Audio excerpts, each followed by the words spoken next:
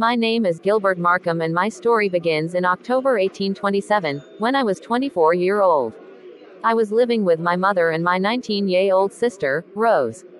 Our home was Lindencar, a farm in the north of England. My father was dead. He had been a farmer, and I am a farmer too. One evening, I returned home after working in the fields all day. I took off my dirty boots, put on clean shoes, and went into the sitting room. Rose and my mother were sitting by the fire. When I came into the room, my mother smiled. Then she told Rose to make some tea. Sit down, Gilbert. I've something to tell you, Rose said. I visited the Wilsons' house today. Eliza Millward was there. I smiled. What's the latest gossip? I asked. Jane Wilson and Eliza Millward always know the gossip first. There's a tenant at Wildfell Hall. A young woman, Rose replied. She's been there for a week and no one knew. Wildfell Hall has been empty for years, my mother said. The house needs to be repaired. No one can live there. Well, someone is living there now, Rose answered. The tenant's name is Mrs. Graham. Jane Wilson and her mother visited Mrs. Graham yesterday. She's about 25 years old and she wears black clothes. She has one servant and they're living in 2 or 3 rooms. If the young woman is wearing black clothes, she may be a widow, my mother said. She'll be lonely if her husband is dead. We'll visit her tomorrow, Rose. I laughed. I'm too busy to go with you, I said. I'll wait a little longer to see the tenant of Wildfell Hall. But you'll find out her secret, if she has one. I'm sure of that. On Sunday, we went to church and I was Mrs. Graham for the first time. She was a tall woman, with black hair and a pale, proud face. It was an unusual face, but not a happy one. When I smiled at her, she looked at me with a cold expression. 2 days later, I was hunting birds on the moors. My black and white dog, Sancho, was with me and I was carrying my gun. I decided to climb up the hill above Wildfell Hall. The old house, which was built of gray stone, was gloomy. Its gardens were surrounded by a stone wall. I walked down the hill to see the house more clearly. No one had lived in Wildfell Hall for many years. Many of its windows were broken, but a few had recently been repaired. Suddenly, I heard a noise on the other side of the wall. Then I saw one little hand on the top of wall and then another little hand. A few moments later, a small, blue-eyed boy was looking down at me. He saw my dog and smiled. But when the boy tried to get over the top of the wall, he fell. As the boy fell, his clothes caught in the branches of tree. He began to scream. I ran up and caught the boy in my arms. Don't cry, you're quite safe, I said. Look, here's my dog, Sancho. You can touch him. He won't hurt you. The little boy stopped crying. He smiled and put his hand on the dog's head.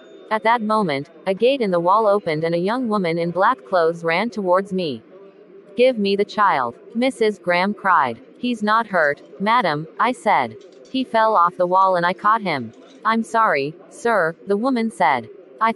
You thought that I was taking your son away, I said.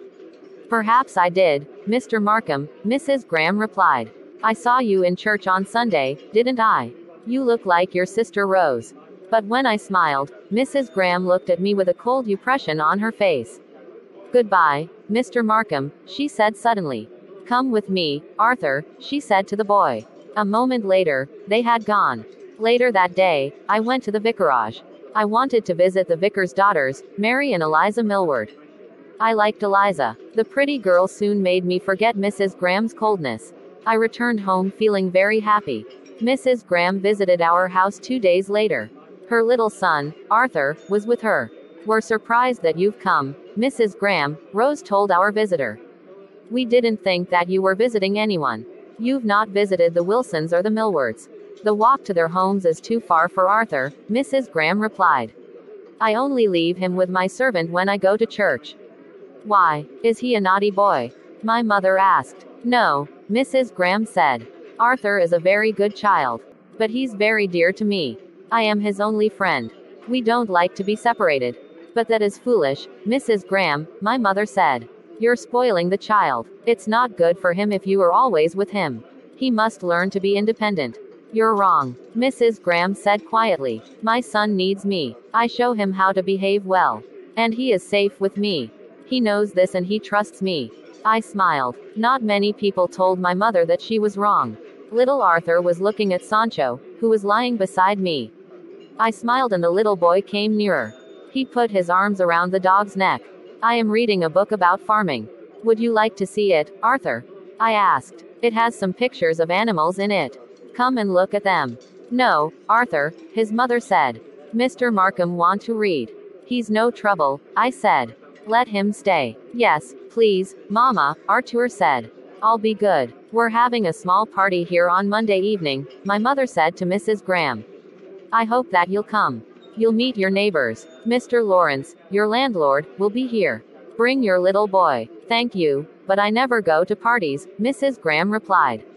And the evenings are too cold and dark for Arthur now. Perhaps we will visit you again in the spring. Rose offered our guests cake and wine. Mrs. Graham took some cake for Arthur and herself, but she would not drink any wine. Arthur turned away and began to cry. Arthur hates the taste and smell of wine, Mrs. Graham explained. I give him wine when he is ill, so now he hates it. I am teaching my son an important lesson. Wine and spirits can be very harmful. Alcohol can destroy people. I want my son to hate strong drink all his life.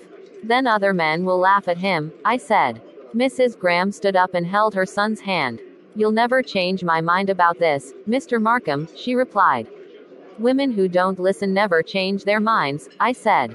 Mrs. Graham smiled coldly and walked towards the door. Mama, you haven't shaken hands with Mr. Markham, Arthur said quietly. Mrs. Graham laughed, held out her hand towards me and said goodbye. Mrs. Graham did not come to our evening party. My mother told our guests about the young woman's hatred of wine. They all laughed except Mr. Lawrence, the owner of Wildfell Hall. He was sitting beside Jane Wilson. They had been talking to each other all evening.